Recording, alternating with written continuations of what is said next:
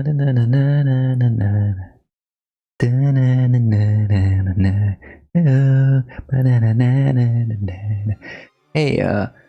I think you might like The People's Joker. I think you should probably watch it. It's a parody film of the Joker story. It's like an indie film, and it's pretty good. Yeah, so it's like a do-it-yourself aesthetic that is definitely my kind of thing. I like that type of aesthetic, and I think it leans into it real good, like with all the different visual effects and different animation styles, like 3D animation, 2D animation. It's really colorful and fun to look at, and it's basically like a coming of age story from Vera Drew.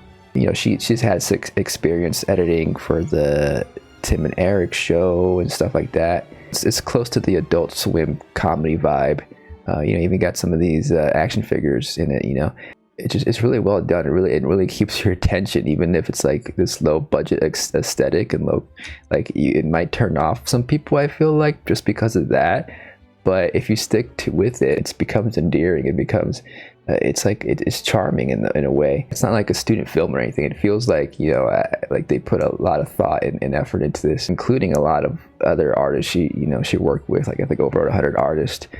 It feels like a fresh take you wouldn't really ever expect from an official DC James Gunn approved, Zaslav stamped of approval type of movie, which, you know, is very much welcomed in this saturated landscape of superheroism.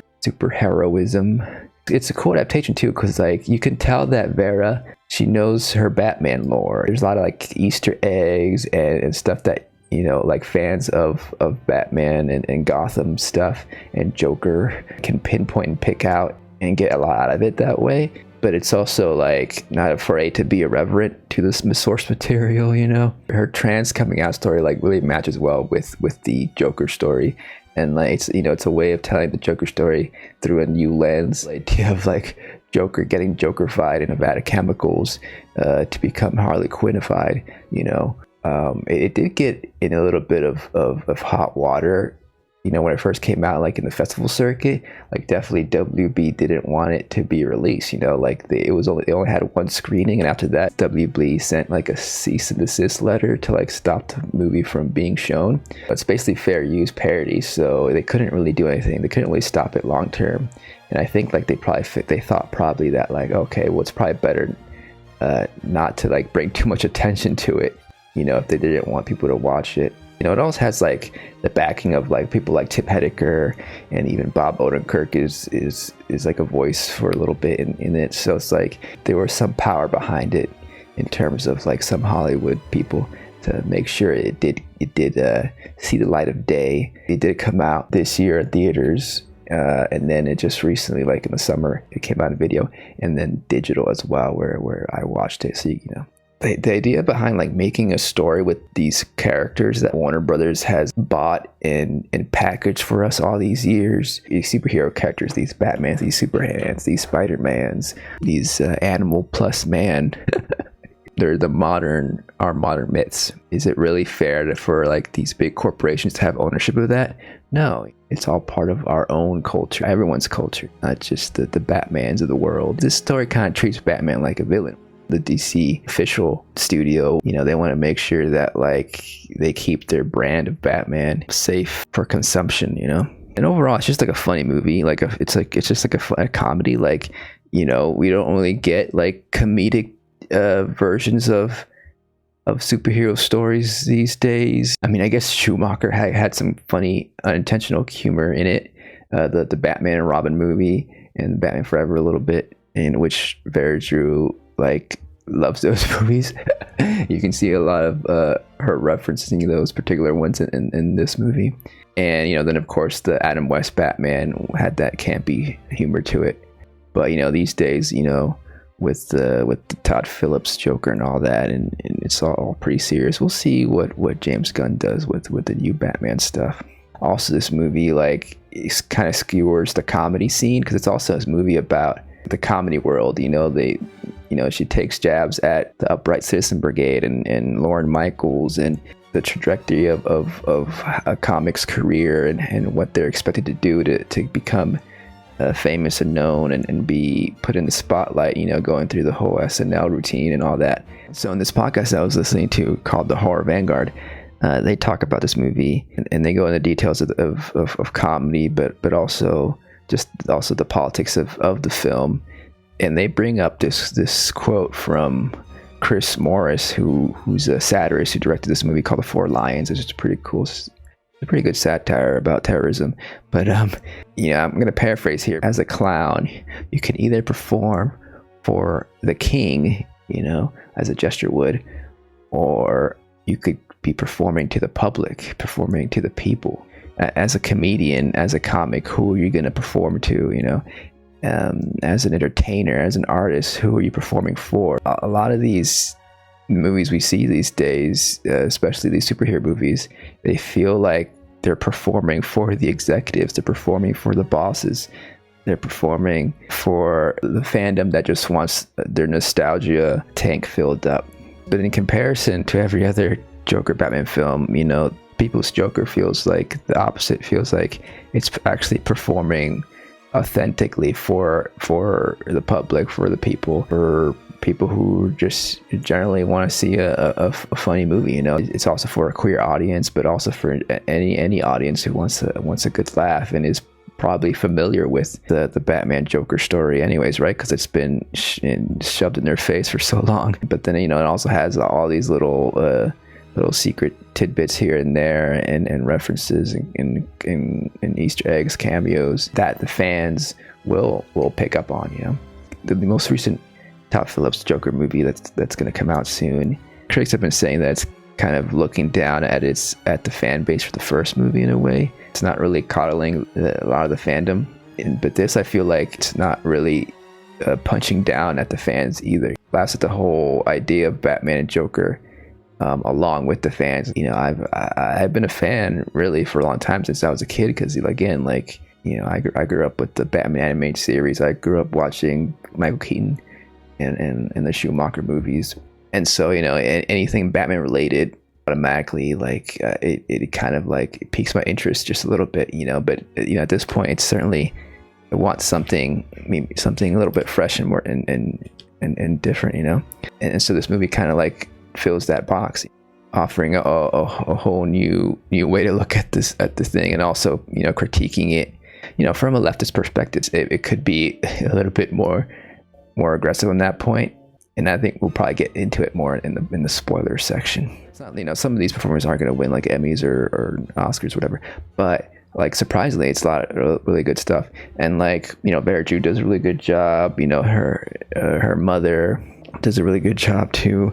A lot of these character actors show up. They're pretty good. The Penguin is hilarious. There's some good performances. It's like a non-stop joke fest for a Joker movie, of course, right? It's not phoned in jokes. It's actually funny stuff. It feels very liberating to kind of watch this movie. It feels a lot more fun and it's a lot more engaging than any Joker film you'll see anytime soon. I'm pretty sure. It actually is the best reviewed Joker movie that there has been, right? Of any movie that has Joker in the title. But yeah, you should watch it. If you haven't already watched it, what are you doing? You gotta watch it. So let's get into spoilers and really get down into more of the details here. All right, so the movie starts with a little disclaimer, right? It's just a parody. It's under fair use, and it was actually done, a lot of it, during the pandemic. For Mom and Joel Schumacher. One thing I wanted to point out, I guess, is just the politics of the movie. We have references to different little characters here, Alex Jones, the conspiratorial conservative political commentator person demon called Perry White here, and he's actually voiced by Tim Heidecker. And in this whole world here really is that Batman is like a fascist Batman, right? He owns the media, any media that's like not Queasbo. He bought that from the Riddler, I think is the story. He outlaws any comic that's not owned by him. It can only be a comic if you go through the UCB, the United Clown Brigade or whatever, which basically making fun of the Upright Citizens Brigade and SNL and stuff. For people from the Upright Citizens Brigade, that's how you kind of like make your way into comedy stardom, and that's how Lorne Michaels finds you and puts you on SNL. And so this is a little parody of SNL UCB Live. It feels very like a rebellious film in that it's also like not afraid to criticize, you know, even liberal politics. She shows Kamala Harris as like the two-face, you know, because you know Kamala was like a district attorney, right? She was a prosecutor. She's like Dent, you know, in this world. In maybe a more typical Hollywood comedy would be a little bit too scared to put in Kamala Harris in there because they're afraid that they'll upset all the Democrats voting for the presidency. It's just pointing out that, like, you know, a lot of these Democratic policies aren't too different from the Republican policies, you know, a little bit of a two-face there situation. And there's a Kamala Harris picture.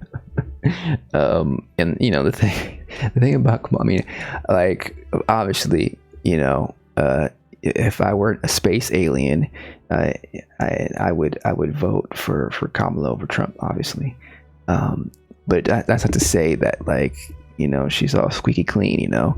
At the Democratic convention, you know, what did she say? She said that she wants to make sure the U.S. has the most lethal army in the world, you know, pretty much. You know, that sounds pretty villainous to me. There isn't really like pulling any punches here. There's even a joke in here. The moment she's about to like fall into the vat of chemicals to be Jokerfied and Harlequinified, I guess. She calls herself Joker the Harlequin, you know, which is interesting. Like, it's almost kind of like a non-binary Joker when you think about it. Aspects of both the Joker and the Harlequin. But in that scene, Mr. J goes off into this like Marxist rant about how gender is a construct, who, you know, isn't really entirely incorrect there, but it's coming from this toxic person. When you're in love, even the most self-righteous pop Marxist rants sound like poetry, you know? So it's kind of like calling out, you know, some leftists whose bark is louder than their bite, you know? And there's like, you know, leftists who kind of just regurgitate the slogans without really following through, you know? If you want to get to know Vera Drew a little bit better, there's a video on YouTube from Letterboxd where she like goes over other people's reviews of the movie, and it's really funny. It's like really cool, and it really shows you how Vera Drew is just a charming person in general. And there she says that, like, she kind of wished that they leaned more into the Marxism in the movie, more into the politics of it. It's actually pretty big in the comedy scene with the so-called dirtbag left, which is like just the unapologetic rude version of the left, who often use edgelord language in comedy. And she kind of like pokes fun at them and saying how like their podcasts aren't even that funny. I think she's trying to say that she wanted to do like an actual funny version of a leftist comedy, you know. She wanted to lean in more into that, so maybe for her next film she will. The leftist politics is a bit lacking in this film. She didn't really name anybody in particular or any podcast, but I kind of feel like it's kind of clear that she's talking about Chapo Trap House, which is like a pretty popular podcast from the dirtbag left. Even that name is stupid. That's like the stupidest name and really not funny. Chapo Trap House. Come on. And you know, another thing is too that like it's a pretty white movie. The movie comes from a lot of privilege, and Vera Drew does acknowledge that this movie kind of inspired and based on the comedy scene that she, like, you know, came up in, which is pretty white. And so a lot of her collaborators and friends are white. We do have the Ra's al Ghul character. It's a pretty prominent character. David Lee Hart, pretty great role there, kind of showcasing how like a bad comic can become so popular and well renowned, because a lot of his jokes are just stupid dick jokes. But he offers some good advice, but he does kind of like fall into a little bit of the magical Negro stereotype a little bit there at the end of the movie. You know, Vera was able to do this because of her privilege. This movie, you know, like she had these connections with Tim Heidecker. Again, the Letterboxd video. She even refers to herself as an actual West Coast elite. We see Vera like move out of her hometown, not Vera, the Joker, and move to the big city Gotham, and she gets a shitty apartment, and she's like, oh, it's my shitty apartment, but it's mine. But we don't really get any insight on like how she got that apartment, how she can pay for it. It's a bit glossed over, like, you know, the idea of like not everyone in her position could go out there and just move to the city and do what she does. You know, she does kind of call out like a lot of the people in the comedy scene. Penguin says like, oh, a lot of these people, these comics, that pretend their parents aren't rich. And so, you know, she does call it out, like the whole UCB thing here, like they calls it out as like a pyramid scheme, because, you know, you have to pay like $15K to get enrolled. And it's a very funny scene where it shows how it's kind of like very cultish. Calls out the sexism in it. Female comedians can only pretty much be like Harley Quinn. They have to be like a sexy gesture Harley Quinn, versus the Jokers. The males can be Joker men. And then this whole sequence here of like they have to measure her penis to see what kind of box they can put her in. They're going to put her in the mailbox, you know, literal mailbox. You know, I guess also kind of alluding to the idea of like governments in different states wanting to verify whether you're male or female in their definition in order to enter the bathrooms that correspond to your sign at birth, sex, etc. Or are you going to start checking everybody's genitalia when they walk into a place, when they are applying for certain positions? Like what's going on here? And of course, this is the fascist state in this universe here. You know, with Batman at the head-to-head. This is a funny little sequence. There's a lot of like funny little gags here, just come and go, and like, but I think I've giggled more in this movie than any other movie this year. Like this one guy here is like, we have these gagging sessions where we gag ourselves. I don't know, I just thought that was funny. Really fun group of characters here. You know, Poison Ivy is a non-binary plant. We got Catwoman, Penguin, of course. This is Anarchy. I feel like Anarchy in the comic books, I did read some Anarchy comic books because I was interested in, you know, the character. I thought they would be more anarchistic, and I think they did start off more like anarchistic, but then they turned out to be more libertarian. And then because the writer who wrote Anarchy became more of a libertarian, you know, that's a whole thing. I don't remember them looking like this though, but they're a hacker. Actually, you know, talking about libertarians, this also kind of calls out Frank Miller. There's a scene at the end where like Catwoman calls out Frank Miller because she's like, oh, like apparently Batman tells everyone that Catwoman was a sex worker, and she's like, oh, like it's fine for girls to be sex workers, people to be sex workers, but it doesn't mean that's all they can be. Like they can be cat burglars too. In his version, Frank Miller's version, Dark Knight Returns, Catwoman is her backstory is that she's like a sex worker. These female heroes or anti-heroes can be more than just sex objects. And then also, of course, I guess we'll get into the big twist. Jason Todd's origins, Mr. J, also has to do with Frank Miller. Now, this whole idea was pretty cool. Like another reason why this movie's so good is that it uses the Joker mythos and in such a fun and I guess also traumatic and inventive way, I guess, that really fits in with the whole story of the Joker, bringing in these two Jokers here, one kind of based on the Joaquin Phoenix Joker and the other on Jared Leto's version of the Joker from the Suicide Squad. The whole idea was that Verger was thinking, like, what if like two Jokers fell in love? And so Mr. J here reveals that they're trans. You know, is also a big thing for the Joker, Verger's Joker character here, because they still haven't come out as trans. It's a very formative moment in their life as well, falling in love with this person who kind of helps them come out of their shell as well. Mr. J here was previously Jason Todd, so again, another connection to the Batman stories that you could really only pick up if you're like into the Batman stories, if you know about them. You know, Jason Todd was one of the Robins, and then there was a big story where Jason Todd, I think, was like murdered by the Joker with a crowbar, and then later he comes back as the Red Hood. It's a whole thing. But in this story, he was just a Robin, right? And then he transitioned and became Jason Todd, which is, you know, pretty interesting, right? And the whole thing is that before Jason Todd was Jason Todd, he was Carrie, who was a reference to another Robin, particularly the Robin from the Frank Miller The Dark Knight Returns comic.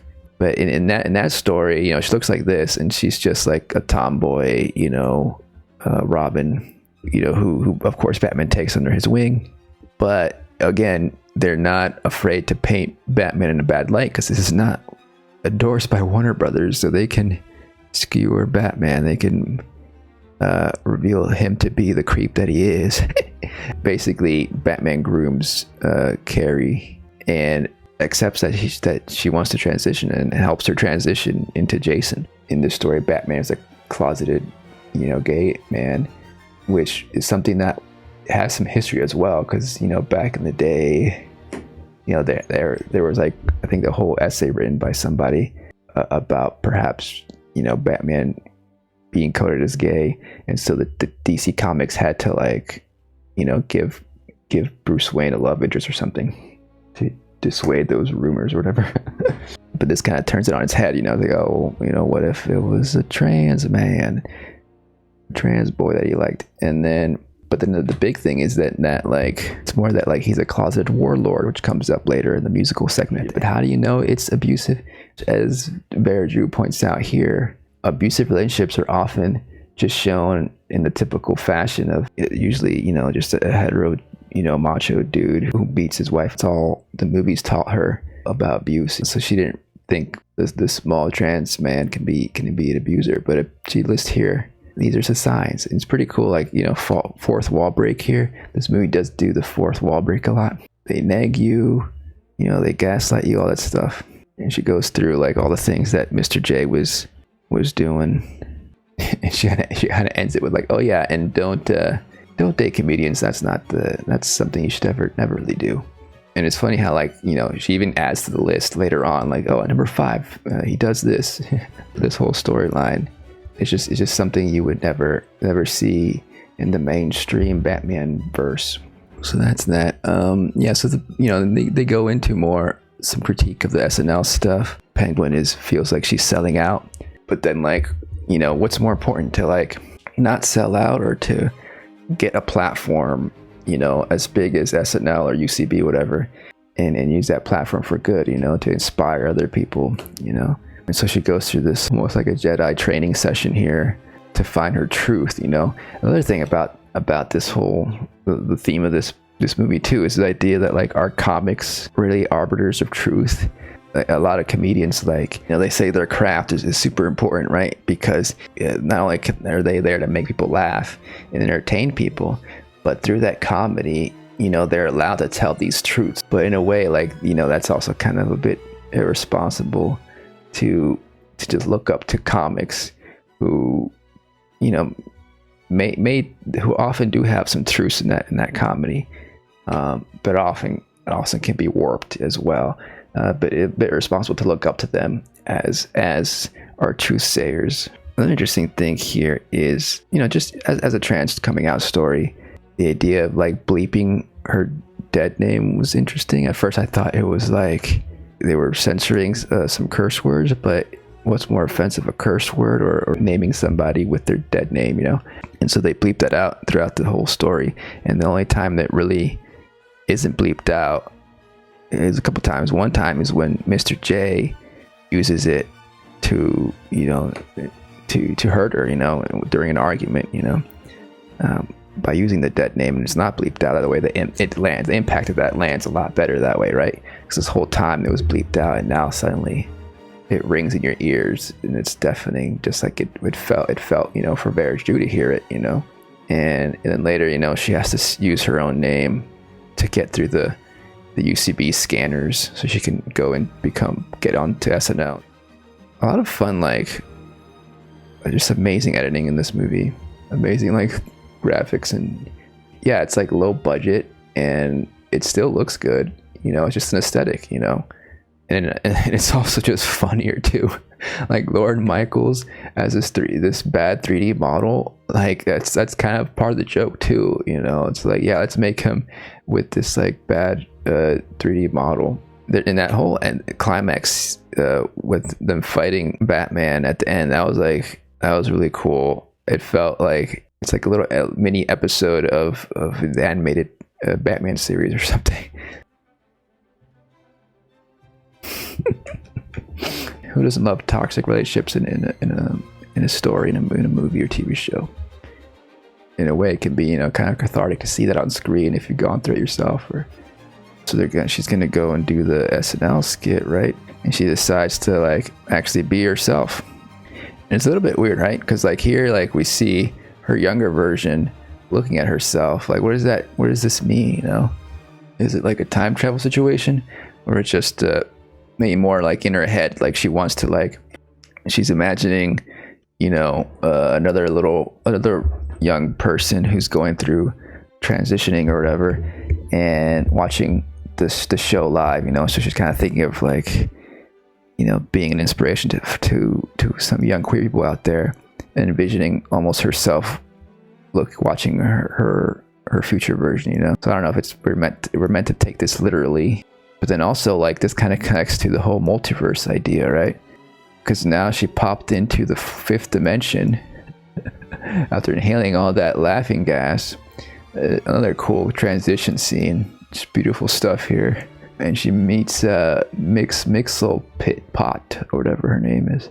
She's reliving her traumatic experience as Scarecrow is trying to, you know, push down her queerness. It's an allusion to, you know, anti-gay, anti-queer reconversion camp that want to like make people straight and cis. So maybe, you know, that younger version of herself was in a different universe, you know, watching. It makes sense in your dream, I'm sure, with dream logic. We could kind of see this as a different alternate universe where, you know, the Joker, you know, was a trans Joker.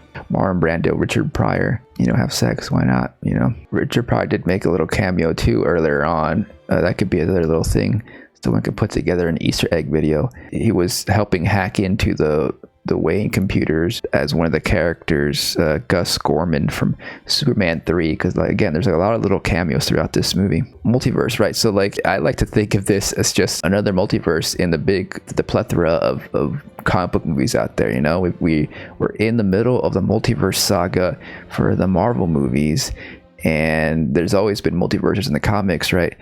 And you know, DC as well, and, you know, James Gunn's rebooting everything, and there's probably going to be a Crisis on Infinite Earth, that whole multiverse thing going on eventually.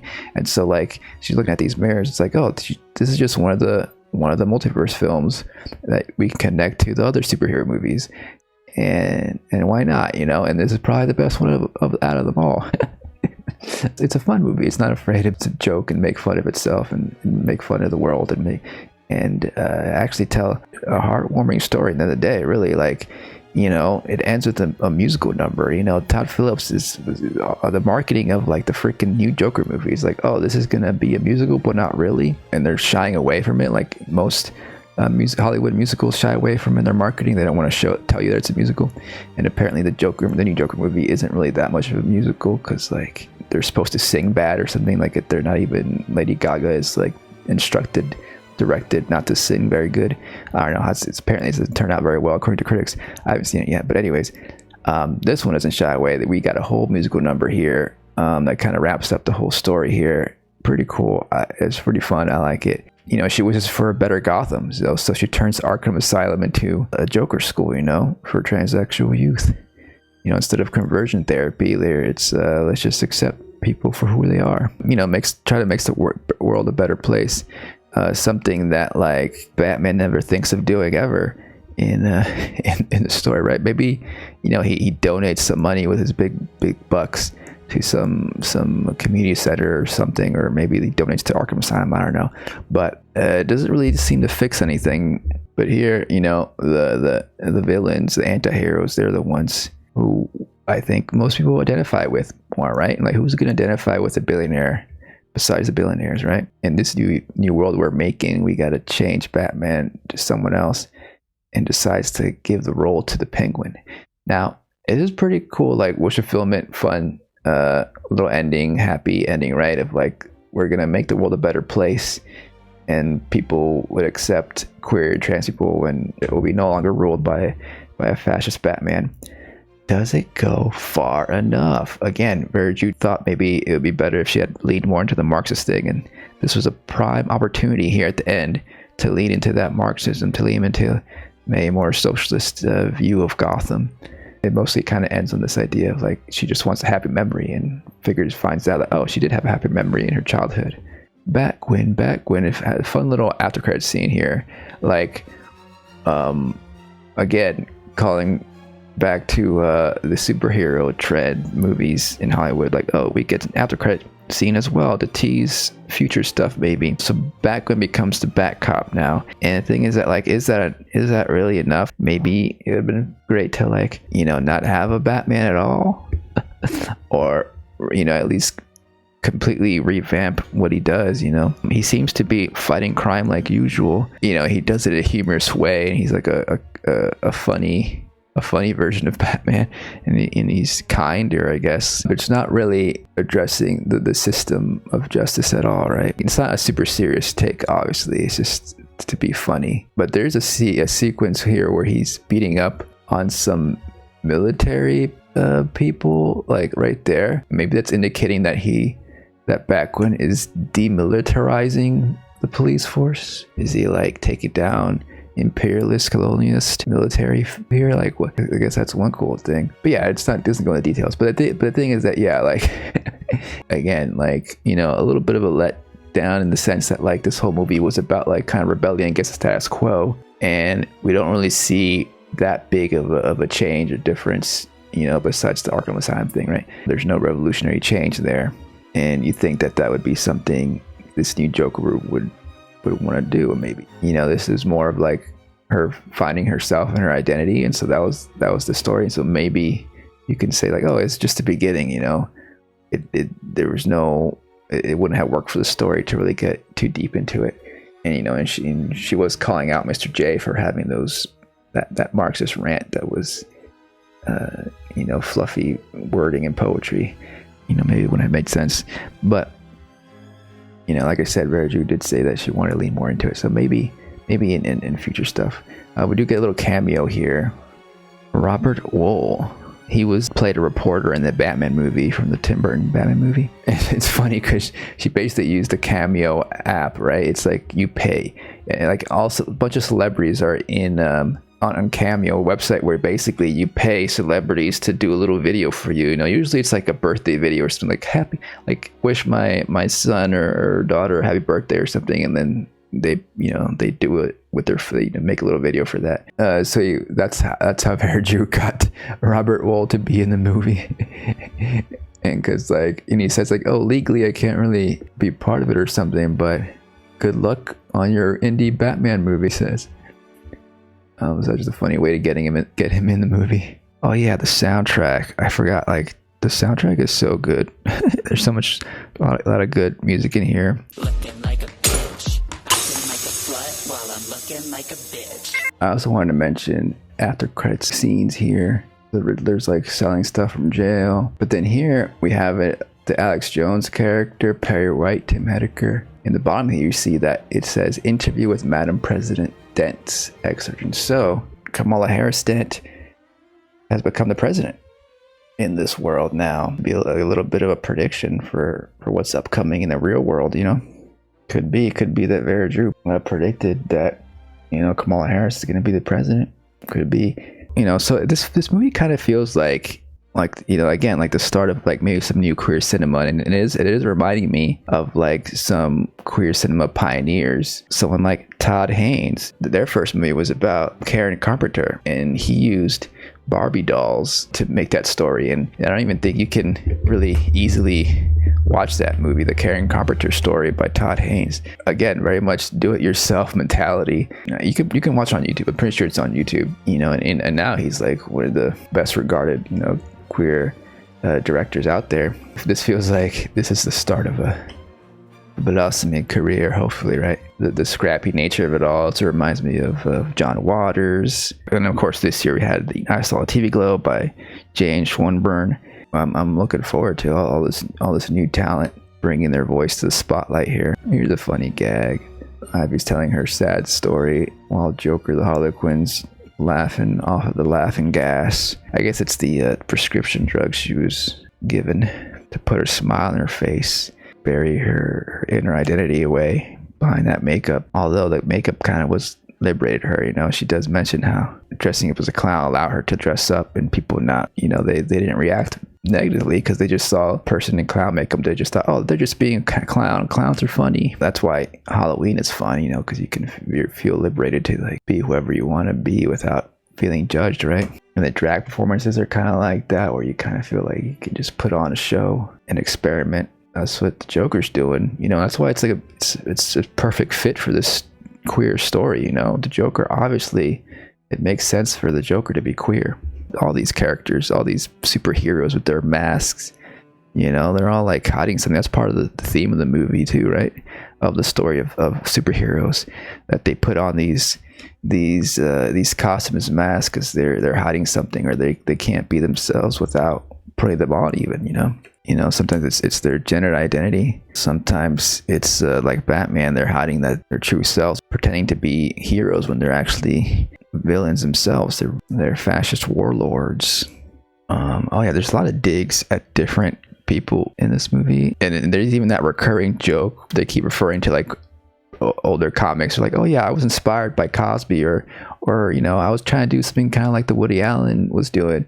But then they always are like, they're like, oh, but before all the unpleasantness, before the unpleasant stuff. And then the person's like, oh yeah, of course. A funny like social thing we have to deal with is the idea that like all these people can be inspirational, but then we have to remember that like, oh yeah, they're shitty people. There's a sequence when they're about to go live on the UCB stage. By the way, they're like, oh yeah, like there's a new diverse cast, making fun of the idea of like, oh, you know, like all these corporate entities, whether it's like a TV show or just like a bank or you know, or any big company, they just slap on diversity / a rainbow flag and call it a day. Colin Jost and this guy Michael Che, who are both the Weekend Update host on SNL. I think they're like mostly like apolitical centrist or something there. For whatever reason, this guy's named as Rudolph Hess, and Michael Che is Hermann Goring. Now, those names are names of Nazi party members from like World War II, and then David Spade. Like, is she calling them out for being Nazis? Conservatives, at least? I don't know, maybe. And then putting them all together with David Spade, I don't know. I don't know the details there. Someone's got to look that up.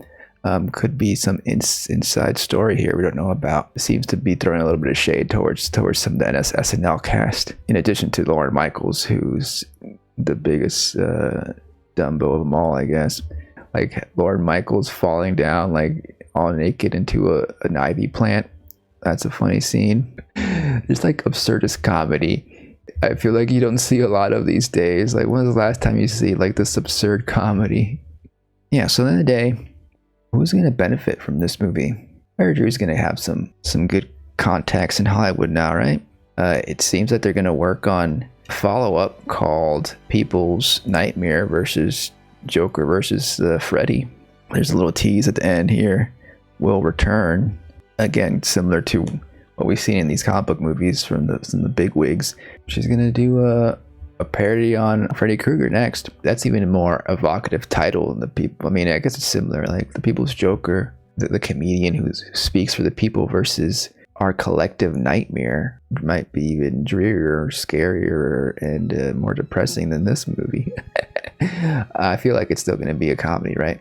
I'm excited to see that. Who knows when that's coming out? But yeah, and who else is benefiting? I guess like people inspired. Yeah, you know, we can make a low budget movie like this, maybe. Maybe at least do a YouTube video or something, and stand up against the big corporate giants of Warner Brothers, Discovery, and Disney. She's still using all this imagery from the brand that is Batman/Joker. And when someone sees a poster for People's Joker, when someone sees a video about it, when they see this face, they're just going to think of what's already in the mainstream, what's popular, what is known, which is the Joker character. And who's making all the Joker Batman stuff? Most of it at high quality, that's being distributed at high quantities, and it's WB, it's Warner Brothers Discovery. You know, Warner Brothers was probably thinking like, well, it's probably just going to be free advertising, and most people aren't going to watch it because they probably it looks low quality compared to our stuff, right? And it's about this trans character, you know. They probably thinking that, you know, and it's probably true to an extent. A lot of people aren't going to be interested in this compared to an official Joker movie, you know, with Joaquin Phoenix, you know, with Lady Gaga, like very true from the inside of the fandom, using this story that people know these characters. He's delivering this art, this message, and getting it out to more people than she would maybe otherwise. But it's also part of the big multiverse of these comic book stories, just by virtue that it is that character. And thus, it's at the end of the day, I think it's still going to benefit DC. You know, it's going to serve as advertisement for the next Joker Batman movie. In a few years' time, we're going to talk about this movie more probably in relation to it. You know, I was like, oh, this is the cool indie version, you know. It's like they'll make top 10 lists, like, oh, what are the best Joker Batman movies, whatever. You know, and this will be on it. It's like, oh yeah, like, it's not the best, but it's a cool indie, you know, queer take on the story, and it's for the cool kids. You know, go get it. You know, but now it's just be another little item on your shelf next to Batman Part 2 and Joker Folie à Deux and the Penguin HBO limited series. But I'm glad it exists. I'm glad this exists. It'd be cool to see more stuff like it, but also stories that aren't about these superheroes, you know, that'd be cool too. But of course, it probably won't get the attention that this does, even though this didn't get as much attention either, right? I mean, who else is really talking about this movie? You know, I thought that maybe YouTube channels like Screen Crush or all those other ones that like have those Easter egg videos, maybe they would talk about this. Like, there's certainly a lot of stuff they can pick through here. They can you know, point out. You know, of course, they're probably looking at the algorithm metrics and like, it probably won't do good, so it's not worth it. But one last thing I want to talk about is the term Jokerfication. Now, this term has been around since, like, I think the first Todd Phillips Joker movie back in 2019. When you think of Jokerfication, kind of think, oh, it's just the idea of becoming a Joker character, basically. You know, Vera Drew gets Jokerfied in this movie. You know, people in the real world may feel Jokerfied when they feel like the world is irreparable, and so they become like the Joker. They want to see everything burn or something. I don't know. There's a recent article in AV Club. It says, what if Todd Phillips and Joaquin Phoenix Jokerfied every movie? First, they went and Jokerfied The Crow. You know, that didn't do so well. Then they Jokerfied Frankenstein's monster. There's like I guess there's a new Frankenstein movie by Maggie Gyllenhaal coming out. I think that's what they're referring to. Who has like tattoos on the Frankenstein monster. Earlier this year, Vera Drew Jokerfied parody films with the People's Joker. And in October, Joaquin Phoenix and Lady Gaga will finally Jokerfy the jukebox musical with their hotly anticipated Joker Folie à Deux. So it's kind of been now just used as a term to signify like making things more like the Joker, you know, whether it's like a character's makeup, you know, or just like insert the Joker character or aesthetics into a movie basically, or a genre like a musical. But I feel like that's like the most surface level definition of Jokerfy, right? If we look at the Urban Dictionary, the top definition says Jokerfied, past tense of Jokerfy, a quality or condition of being disillusioned with society and those who actively engage in it, without questioning established norms. Another definition says, Jokerfication is a joke among leftists. It refers to as a reaction to the betrayal of electoralism. So this is more a political definition. Manufacturing consent, see the book of the same name by Noam Chomsky, of course, and the seemingly impossibility to effect positive change through the proper means, that we should instead embrace absurdism, the belief that human beings exist in a purposeless, chaotic universe, or in simplistic terms, become like the Joker in the film Joker 2019. Because the Todd Phillips Joker movies, you could say Jokerify people, but what they do, I haven't seen the new one, of course, but from what I read the reviews, and I have seen the first, it's more of a cynical joke take on Jokerism, right? Jokerfication. You become delusional, and you just succumb to doomerism and become apathetic, and just feel like nothing really matters anymore, and disengage with politics, disengage with society to become a Joker in that way, like the character in the movie. And just want to see the world burn, etc.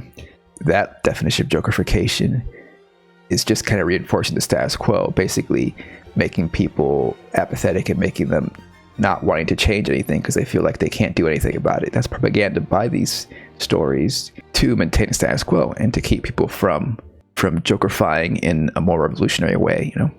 It just pleases the apathetic fan base, or the inactive, unengaged fan base that just wants to have their nostalgia and maybe see something a little bit different, a little bit provocative, but not enough to really get them to, view the world in a different way, or do anything about it, or really engaging with the world in a positive way. Versus something like The People's Joker, aptly named, right? The People's Joker, which I feel like can potentially Jokerify the fandom in a more positive light, by inspiring them to come out, to live their true, authentic selves, inspire them to create art, that is outside, the norms, or challenge the norms, as in challenge the mainstream pop culture that is governed, that is controlled by a few companies like Disney and Warner Brothers. Reclaim these ideas, because the idea of the Joker, is the Joker, can you really copyright the Joker?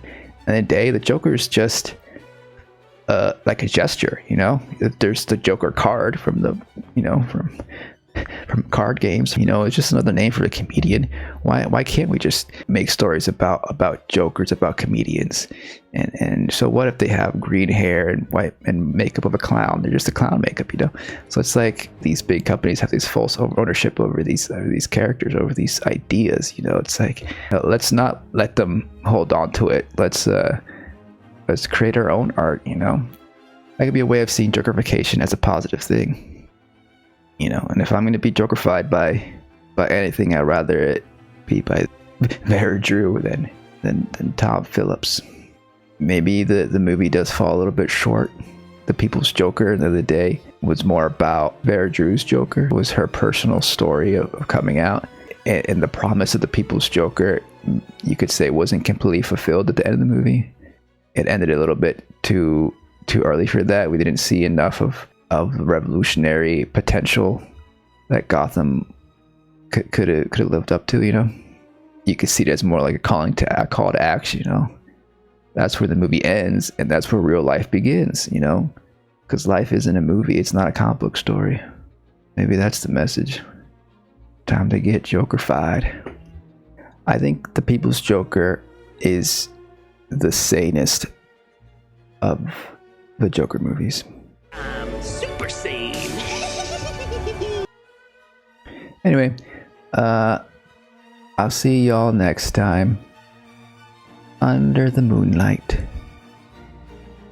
Bye bye.